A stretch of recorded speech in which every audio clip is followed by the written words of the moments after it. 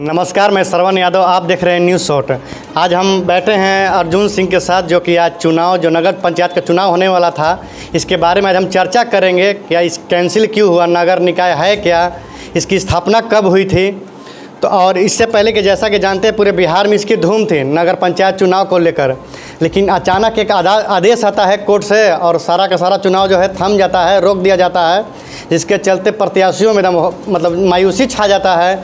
अनेकों का बहुत सारा पैसा दांव पर लगा हुआ था, तो कोई न कोई पूरी तरह से तैयारी किए हुए थे। तो इसी सिलसिले में आज हम बात करते हैं श्री अर्जुन सिंह जी के साथ कि इसका कारण क्या रहा और कैंसिल हुआ तो इसके फ़ायदे होंगे या नुकसान होंगे। तो स्वागत है सर हमारे चैनल में आपका। धन्यवाद श्रवण जी। निकाय चुनाव को लेकर बिहार में सर पिछले दिनों यानी कि नवरात्र से पहले काफ़ी गहमा गहमी थी। मैंने आए दिन रात केवल प्रचार ही प्रचार दिख रहा था पूरे बिहार में। लेकिन अचानक से एक कोर्ट का फैसला आता है और सब कुछ उसके दूसरे दिन चेंज हो जाता है। तो सर इस पर आप क्या कहना चाहेंगे कि निकाय चुनाव मतलब है क्या? पहले सबसे पहले सर ये बताइए आप। निकाय चुनाव मैं बताता हूँ। पहले ये है कि एकाएक चुनाव कैंसिल नहीं हुआ है।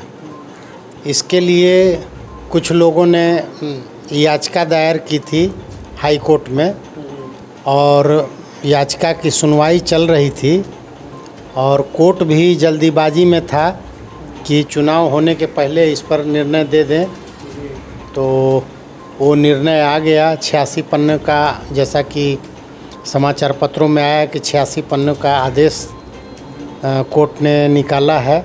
और कोर्ट ने सलाह दिया है चुनाव आयोग को कि आप चुनाव रोकने का नहीं आदेश दिया है, लेकिन इसमें जो आरक्षण है अति पिछड़ों का, उस आरक्षण को निरस्त कर फिलहाल जो है उन सीटों को जनरल करके और वहाँ पे चुनाव कराने के लिए बोला है। निकाय चुनाव जहाँ तक बात है, जैसे पावर जो है एक जगह ना हो, पावर का डिसेंट्रलाइजेशन हो, इसके तहत ये निकाय का चुनाव जो कि गांवों से ग्राम पंचायतों से बड़े जगह हैं उनको 3 भागों में बिहार में बांटा गया है और उन तीनों जगहों पर चुनाव होते हैं। और जैसे कि नगर पंचायत है, नगर परिषद है और नगर पालिका है, तो इन तीनों पर चुनाव होते हैं। नगर निगम चुनाव की नियमावली 2007 में बनाई गई थी, उसके तहत रिजर्वेशन भी तय किया गया था और चुनाव उसी के तहत हो रहे थे। परेशानियाँ कहाँ पर आई, मतलब क्यों ऐसा लेना पड़ा कोर्ट को ऐसा फैसला? जैसा कि कोर्ट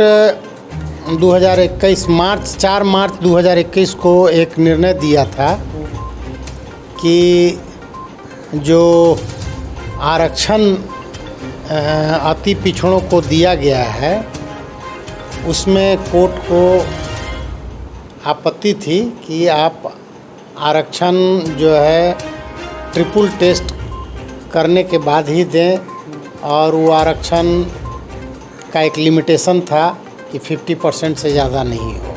ट्रिपल टेस्ट क्या है सर? ट्रिपल टेस्ट काफ़ी 2-3 दिनों से काफ़ी चर्चा में शब्द बना हुआ है, इसे समझाने का प्रयास करेंगे। ट्रिपल टेस्ट सिंपल सी बात है श्रवण जी की ट्रिपल टेस्ट कोर्ट ने ये कहा है कि पहला पॉइंट ये है कि आप जो है उसको डायरेक्ट जातीय जनगणना न कह के उसको ये बोला है कि जो इस आरक्षण से लाभान्वित हैं उनकी गिनती कर ली जाए और उसका एक आयोग बना दिया जाए। एक पहला ये हो गया एक टेस्ट। दूसरा टेस्ट है कि उनको कितना आरक्षण दिया जाए, जिनको ये इसमें लाभ लेंगे उनको कितना आरक्षण दिया जाए, दूसरा ये तय कर लिया जाए। और तीसरा ये है कि किसी भी कीमत पर ये आरक्षण 50% से ज़्यादा नहीं होना चाहिए। यही ट्रिपल टेस्ट है। अब जो है सर बिहार में चुनाव को रोक दिया गया है और इसे सुप्रीम कोर्ट ले जाने के लिए सरकार बोल रही है। जिसमें काफ़ी वक्त लग सकता है। तो क्या सर इसी प्रकार के मामले और भी भारत के कोई राज्य में हुआ है? और भी राज्यों में हुआ है, जैसे कि महाराष्ट्र में और मध्य प्रदेश में।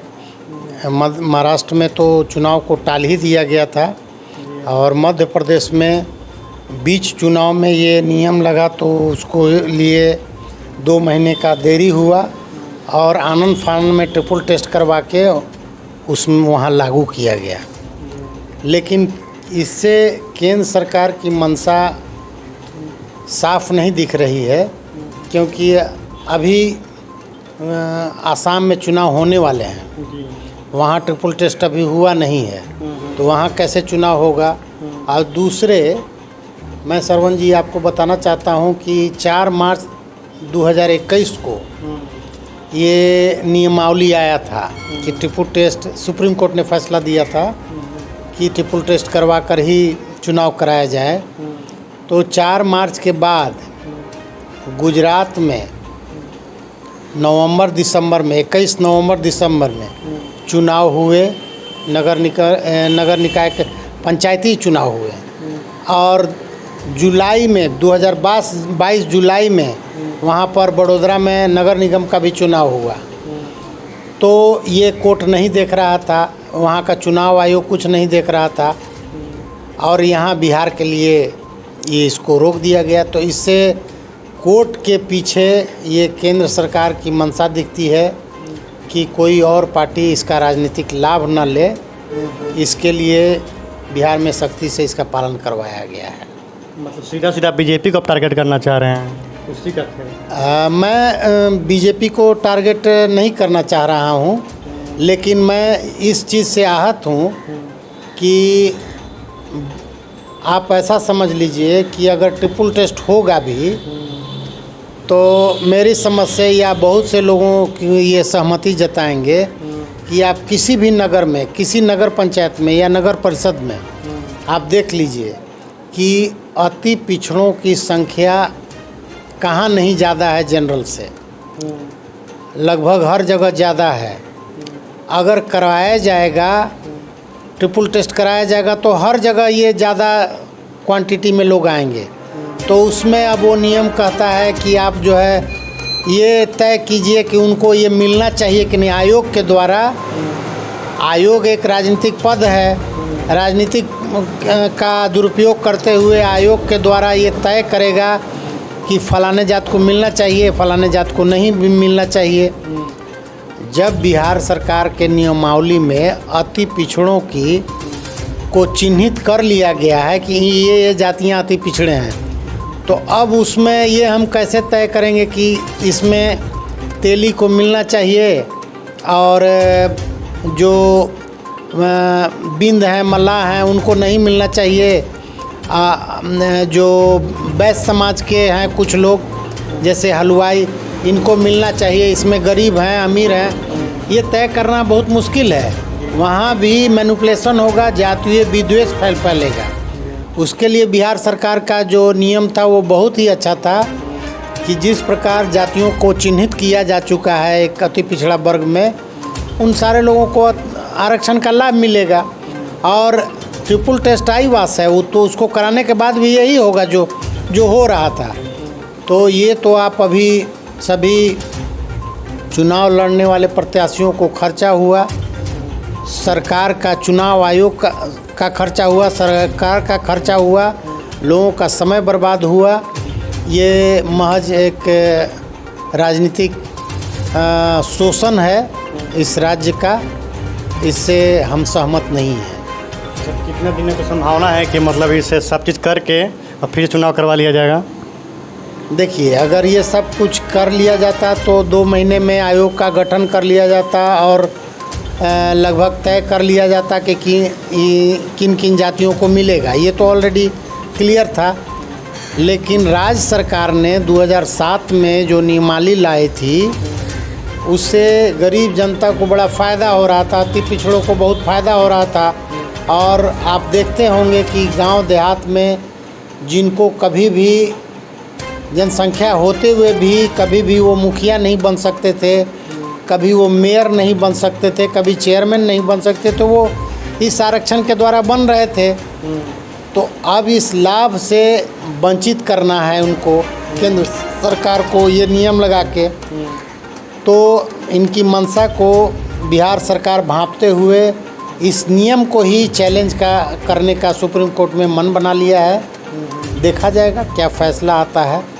तो उस फैसला में 6 महीना भी लग सकता है, ज़्यादा समय लग सकता है और कम भी लग सकता है। अब ये तो कोर्ट का मामला है, कोर्ट के ऊपर डिपेंड करता है। तो चलिए, अभी हम बात कर रहे थे श्री अर्जुन सिंह जी से, जो कि राजनीतिक मामलों में राजनीति का काफ़ी ज्ञान रखते हैं। हर नशे नस को, राजनीति को ये इनके पास पकड़ है। इनका कहना है कि अब इसमें कोई समय लिमिट नहीं है, 2 महीना भी लग सकते हैं, 6 महीना भी, साल भर भी। लेकिन जो भी हुआ गलत हुआ। बिहार सरकार इसे लेकर पूरी तरह से मतलब टाइट है और इसका जो है सुप्रीम कोर्ट में ले जाने की पूरी तैयारी कर चुकी है। चलिए, हम फिर आपको आगे मिलते हैं और ख़बरों के साथ। तब तक के लिए धन्यवाद।